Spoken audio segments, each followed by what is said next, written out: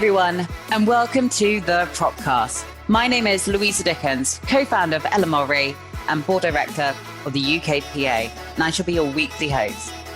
Each week for 30 minutes, we'll be connecting the VCs, PropTech startups, and real estate professionals globally, and assist in bridging that famous communication gap we all love talking about. So sit back, relax, and enjoy the show. Hi, everyone, and welcome to the Propcast. And today's podcast is on diversity and the future of tenant engagement. And today I'm fortunate enough to be joined by the wonderful Gab from Equiem. So welcome to the show. Hi, thanks for having me. Pleasure. For those who are listening, I would like to introduce you to Gab, who's leading women in the property technology space. Gab is the founding CEO of the world's leading tenant experience platform, Equiem. Gab is a passionate advocate of the power of technology to transform the global commercial real estate space. Gab relocated to expand Equiem's global presence and is now based in New York and is an integral part of the Equiem family, which consists of over 200 employees now, which is quite something since they started. Equiem is used by over 9,000 companies worldwide. They're in over 200 buildings and have, I think, over 170,000 users, if I'm correct. Yeah, that's right, Lou. Creeping up to about 180,000 now registered users. It's incredible, that growth, and definitely something to boast about. But I'd like to obviously thank you once again for coming on the Propcast, and congrats on your journey you've been on so far. But before we start this interview, let's start off with a few warm-up questions, okay? So, right, okay, breakfast of choice during lockdown. Poached eggs and avocado toast. I love that. Cat or dog? Cat.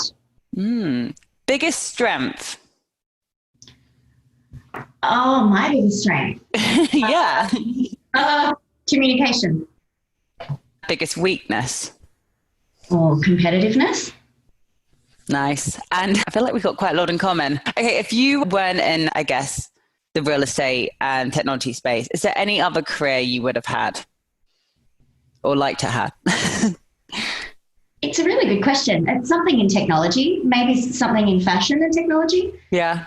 Definitely really passionate about tech and creating products, technology products. But if I was to link into another interest, maybe art or fashion, something like that. Yeah. Okay, awesome. Well, now you are all warmed up. I think we're ready. We're ready to get started. So I guess you got over sort of 200 team members, and a huge challenge that all startups and just general businesses worldwide face is the importance of sort of hiring and, I guess, getting the right team dynamic right. From the very beginning, as we all know, real estate and technology are both fairly male-dominated sectors. I mean, this is a stat which is thrown about by so many people that I think it's 9% of PropTech founders in the UK are women compared to 81% of men.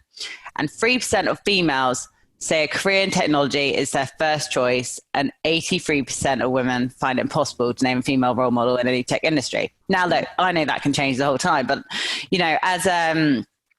I'd just love to hear about your sort of journey in, I guess, becoming, the CEO of Equiem. How did you get into, I guess, technology and real estate? Yeah, so we'd love to hear. Yeah, no worries. And of course, one of my sons has just decided to print his homework in the background here. So ignore the background noise. I'll try and switch it off. But that's the joys of working from home, right? So yeah, it was a funny way that I started at Equiem because I didn't have a background in real estate or technology really when I started. I'd spent the 13 years prior to that scaling and running a sales and marketing firm, and that had been hugely successful. And I had we'd been lucky enough to put together an extraordinary team at that business as well, and we'd scaled the business kind of 9 or 10 times revenues over a 6 or 7 year period. And I'd been there for 13 years. A lot of the work we were doing was actually in the health and wellness sector. And I was kind of, looking for my next move, thinking about my next move. And I was talking, as you do when you're, making a significant career change, I was meeting with lots of folks and talking to lots of people about it and trying to work out what I wanted to do. And it was part of that discovery that I was introduced to a guy called Lorenz Grollo, and the Grollo family are kind of synonymous with real estate, certainly in Melbourne and in Australia. So over 3 generations, they've developed and built many of Melbourne's landmark buildings. And so Lorenz was, firmly rooted in real estate, and at the time was managing his family's joint venture interest in a building called Rialto, which is Melbourne's second tallest office building. And so it was through this introduction to Lorenz and him outlining to me, what was happening at the building, which was 25 years old at the time, and this huge kind of significant regeneration that he had planned to really reposition and rebrand and redevelop the asset. But he said to me, we've got to take the tenants on this journey. We're doing this huge redevelopment. It's going to be extraordinary. But how do we actually leverage technology to connect with the tenants? And how do we actually create effectively a virtual community, using technology to really drive deeper relationships with the people that are occupying the building every day?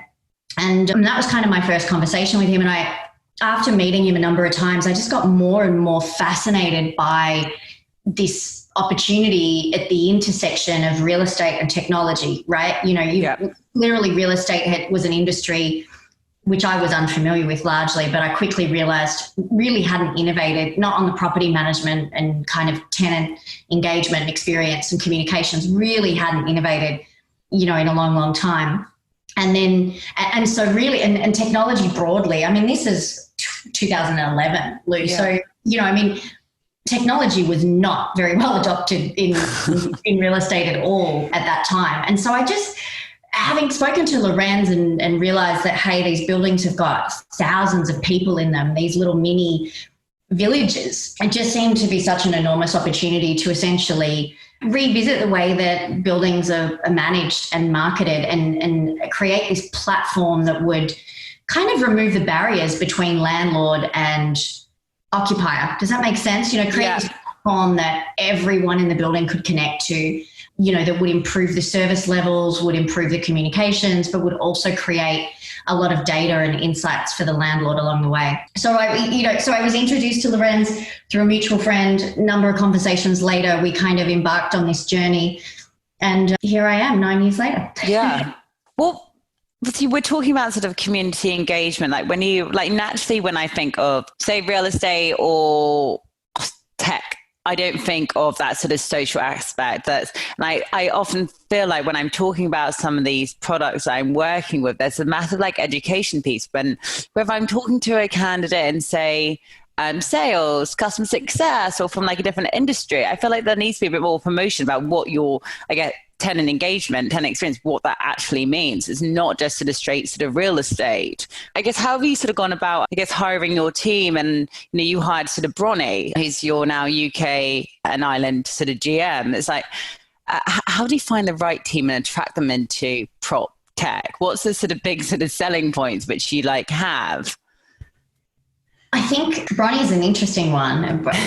Obviously, complete superstar, has been with the business a long time, was one of the first, she was one of the first 10 employees. So, yeah. And I actually met her, she was working at Rialto on the property management side. And so I think if you're in property management and you're working in real estate, there's a real appeal to come to a business like Equiem that's changing things up, depending on who you are and what your mindset is. The opportunity to innovate and improve things and change things and move at pace, can be very appealing. And of course, it's much easier to move at pace in a scale up or in a technology business than it is, when you're running a huge asset, a 1 million square foot asset. The property management's naturally kind of fairly conservative and slow moving. And so I think that's one of the appeals. And we've hired a bunch of people from real estate, but it's been really important to me.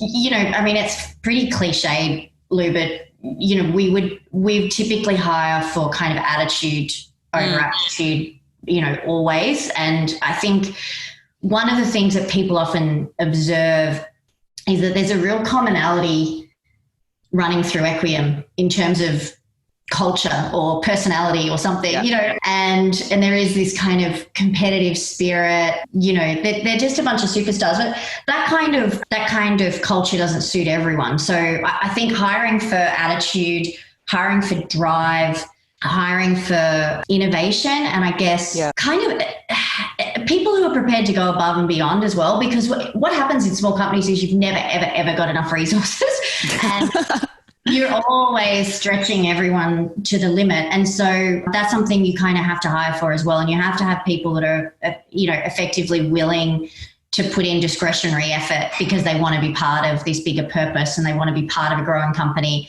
as opposed to people who may be looking for something different in their company. Yeah, well, I've seen. I think a lot of people love the idea of joining a startup, and you talk, finding that sort of culture, leaving that sort of big sort of corporate world, having that sort of autonomy, and they get into it, and they're like, oh no, like. So this is my day-to-day job, and you're asking me to do something with marketing or like events or something. You're like, yeah, run with it. Help me out. Where's the instruction manual? And it's like, so work it out. Yeah, all of that. I mean, I think it does take a certain sort of person that really loves that, because the other thing about businesses like Equiem is that you get opportunities above and beyond what you would get in a big organization as well. A lot of people, the first few employees are all still with the business, which goes to show, but they've all moved up, through the business and all been given opportunities to kind of stretch themselves and grow and, expand their career development, which, sometimes you have to wait a lot longer in bigger businesses. But, I think in a business like Equiem, if you're a good person and you're willing to put in discretionary effort and you can learn fast, the sky's the limit. The sky's the limit in terms of what you can do. There are no barriers. Yeah. And so for, I guess, diversity is a thing which everyone sort of talks about. There's a whole different sort of parts of diversity. If we go back to like a couple of the facts I mentioned about women in this space, well, are there any sort of obstacles or no, not obstacles, that's the wrong word. Are there any things that you wish you'd known or any sort of insight you can give on women coming into this space, don't be afraid, you can learn the real estate. Like, what sort of advice would you give for, fresh newcomers from different industries joining prop tech? Or tenant engagement specifically? So newcomers to the industry, I would say that, don't be scared. I came in knowing nothing about real estate, and we'd obviously had aspects of technology at the marketing company that I was running, but it wasn't a product company. So, I think if I can come in and being on paper hugely unqualified to do so, there are no limitations. And I think that real estate tech, hugely exciting space, lots of investment flowing into the space. A lot of companies are now starting to get a handful of companies like Equiem that have been around for a while, and some that are bigger again than Equiem, like VTS and others that are really kind of quite mature. And I mean, you mentioned Yardi earlier, so there's a good spectrum of organizations at different stages. So you can find a good spot, but that it's going to be an industry where there's going to be change and growth and, a lot of innovating happening, I would say, over the next 5 to 10 years as these companies, and probably a lot of consolidation as well. I think it's going to be a pretty interesting space to be in over the next while. But don't be scared. I guess if you're a woman and you're worried about, how to get started, there's plenty of groups these days, women in real estate and a few things like that. And there's even I can't remember the name of it now, but there is a group for women in real estate tech.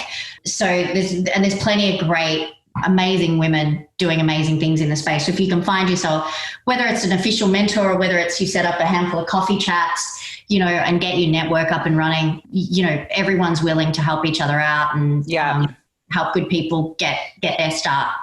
Yeah. I think a big thing is it's just asking people, put your hand up, go ask for advice. Like, communication is everything. And if you don't ask the question, how are you ever going to sort of find the answer? I think I probably asked a bit too many questions, but hey ho. So I guess that aside from, you scaling your sort of team, as your team sort of changed, tell us a little bit more about your sort of product then. How has it sort of developed over time since you started? And we can then sort of go on into, I guess, what does the future of your product look like? Yeah, sure.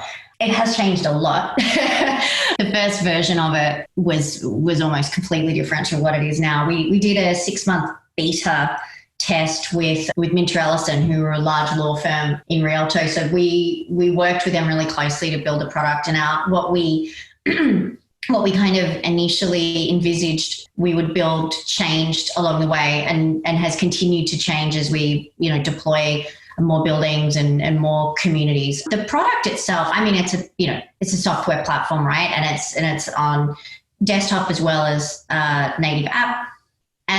But the thing about it is that it's quite adaptable and configurable for each site. So it's really a piece of technology that you tailor depending on the building in terms of which features and functions you need. Do you need room bookings?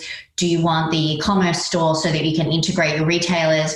Do you want to integrate your wellness center and be able to use the event management functionality to manage yoga classes or suit fittings? There's a huge kind of communications aspect, and we've done a lot of work on that over the last couple of years, just because, I mean, I think it's pretty well known, but property management teams are not that adept at communicating, and and they're busy, and it's just not their natural go-to. And so One of the things that differentiates our product is that we've actually created hundreds and hundreds of templates to just make it almost brainless for property managers who don't do this as their full-time job. They're not marketing people, and they've got a million other things on their plate. So we make it as easy as possible for property managers to quickly create content and get it out to people, even quickly create newsletters, get it out to people, do your notifications and announcements. The other thing that's probably worth mentioning is the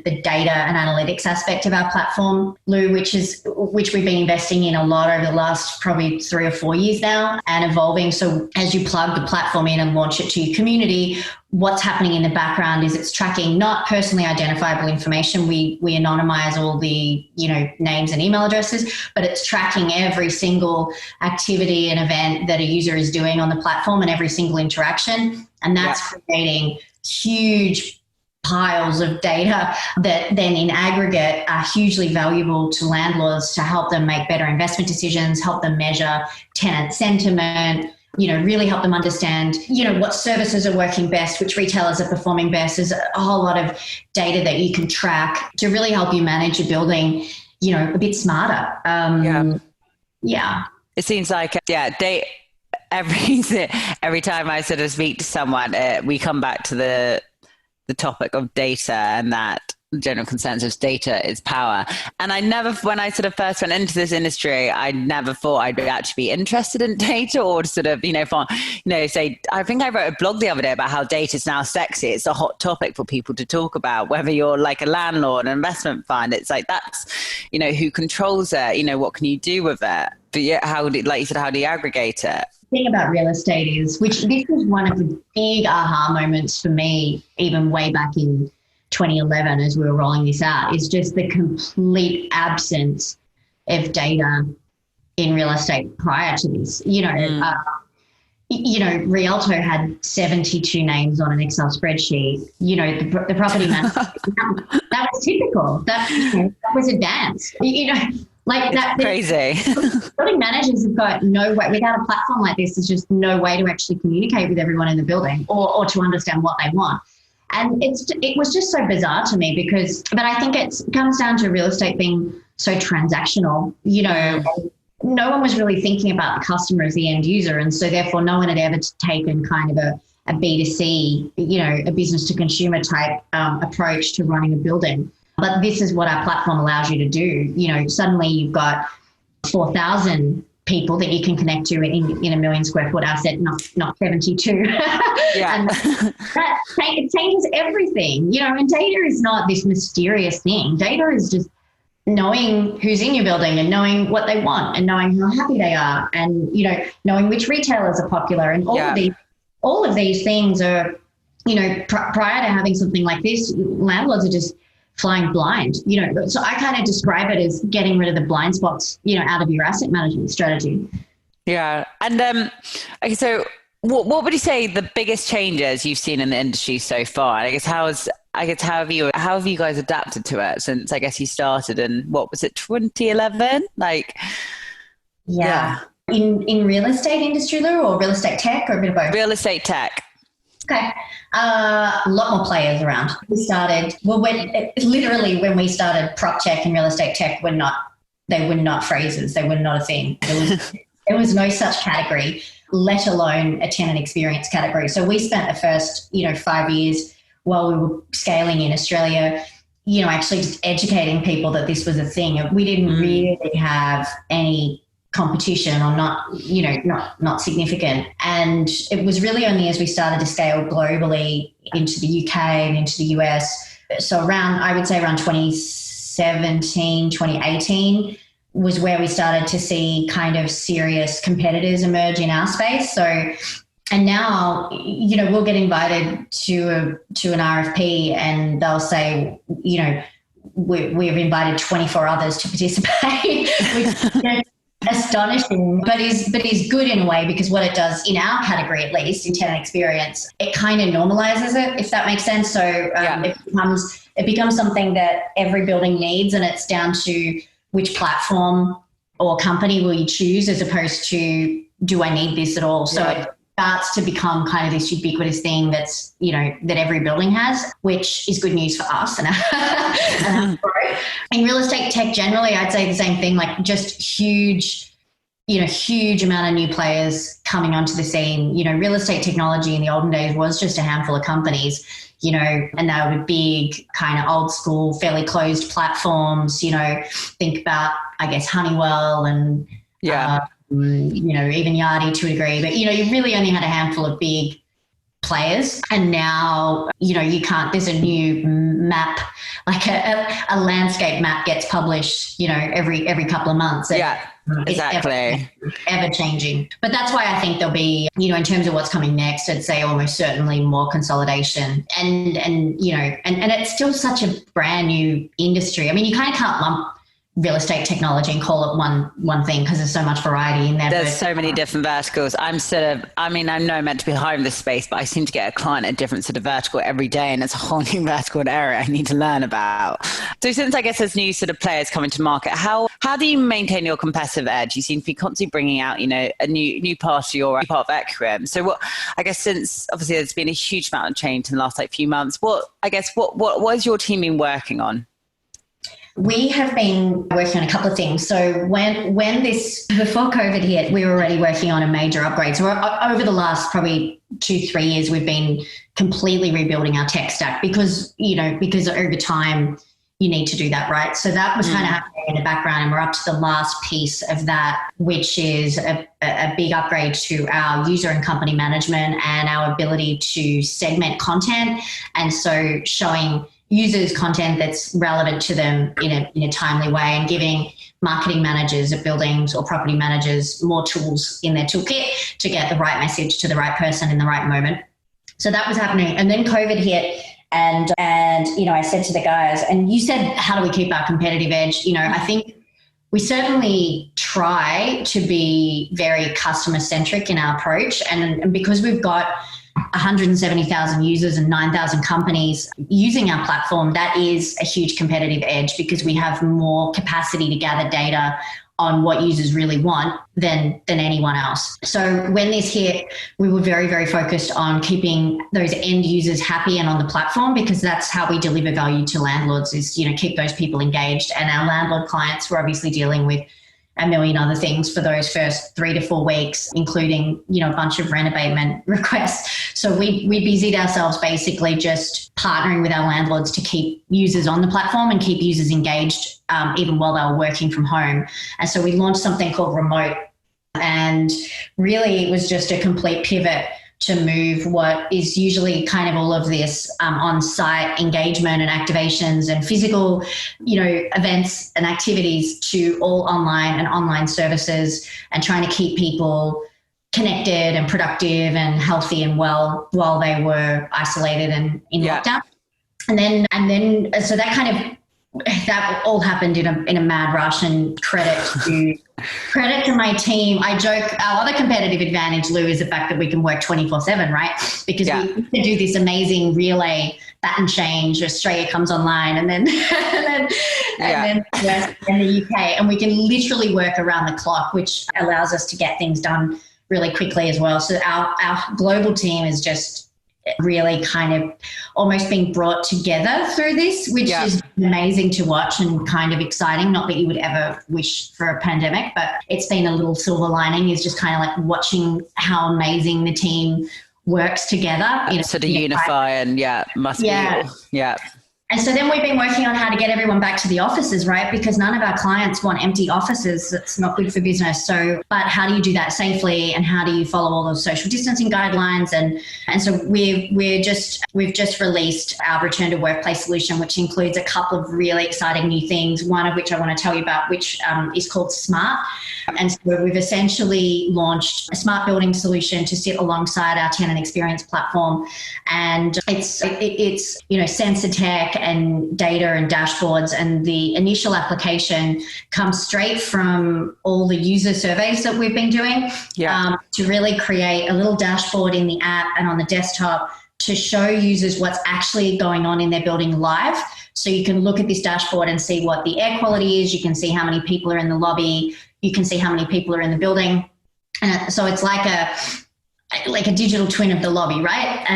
And this is something that's hugely important to people, because we know that this is one of the things that they're most worried about in terms of returning to the office is, how long am I going to be waiting to get into the elevators? And how many other people am I going to have to come into contact with? And so we're creating this dashboard to basically show people exactly what the density and the occupancy of the building is using this new smart building platform. But we're also making it available not only to landlords, but to tenants who may want to monitor their space to see how many people are actually in their office and use the product in that way. So it's super exciting. It was something that would have been on the more medium to long-term roadmap, and this COVID-19 period has really had us operating at warp speed.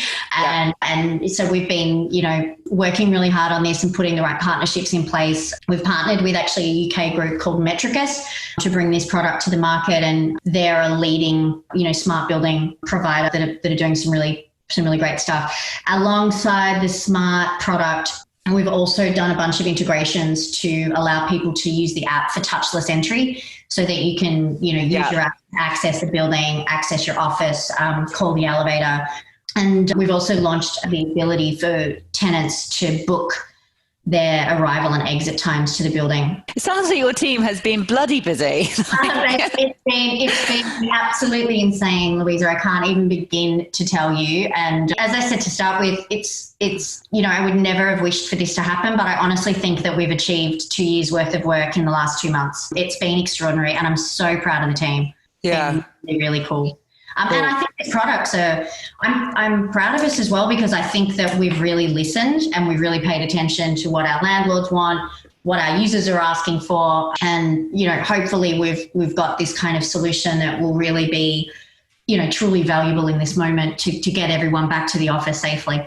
Yeah. And I think that's definitely on sort of everyone's agendas. I know my team, all my clients' teams, from, like I said, funds, agencies, consultancies, startups, everyone misses that human interaction in person. And like you said, landlord, everyone needs to get back. So hopefully sooner rather than later. And it sounds like Equiem is sort of well equipped to help businesses do that. I guess this brings us to the end of the show, sadly, but I guess before I go, Gab, is there sort of anything else you'd like to sort of share with our audience and listeners about the best way they connect with you and sort of Equiem? You can just go, if anyone's interested in finding out more about anything that we just talked about, Lou, they can just head to Equiem's website, which is getequiem.com. And I'm also happy to have people follow me on LinkedIn. We're going to be releasing early to mid-June, we'll be releasing a report basically on these insights that we've been capturing from our 170,000 users over the April and May period. And I imagine some of your listeners might be interested in getting a copy of that, because there's some pretty fascinating insights in there across the 4 regions that we operate in. So happy to have people follow me on LinkedIn, and then they'll see that go live once we release it. Definitely. Well, I look forward to reading that report. To wrap it up, finally, okay, one last silly question. Okay, you're hosting a dinner party, Gab. Okay, you can invite anyone. You can invite, I don't know, if you want to invite the Queen of England, whoever it is, you're allowed to invite 2 people in the world. Who would those 2 people be? I love how you actually thought that. So many people go straight in. I'm like, if I had this question asked, I'd really think about it. I'm going to go really cheesy here, and I'm going to say my mum and dad. My dad is getting, on in age, and I'm stuck here in the US and they're stuck in Australia. And at this stage, I'm not quite sure when I'm next going to see them face to face. So that I will have my parents at my dinner party, Lou. How's that? Yeah, definitely. I almost feel bad what my answer would be. No, that sounds great. But yeah, once again, thank you so much for coming on the Propcast, sharing your sort of insights and scaling the future tenant experience. And I'm looking forward to the launch of the new product, sort of Smart. And no doubt your team will continue sort of be busy working over sort of the next few months. But thank you so much. And I'll share all the details of Equiem and get in contact with you in the show notes. Thank you so much for having me, Lou. Really appreciate it and enjoyed the chat. Thanks so much. Thank you for joining us this week on the Propcast, and a big thanks to our special guests. Make sure you visit our website, www.nmre.co.uk, where you can subscribe to our show, or you'll find us on iTunes and Spotify, where all good content is found. Whilst you're at it, if you found value in the show, we'd appreciate if you could rate and review us on iTunes, or if you simply just spread the word. Be sure to tune in next Tuesday, and I'll catch you later.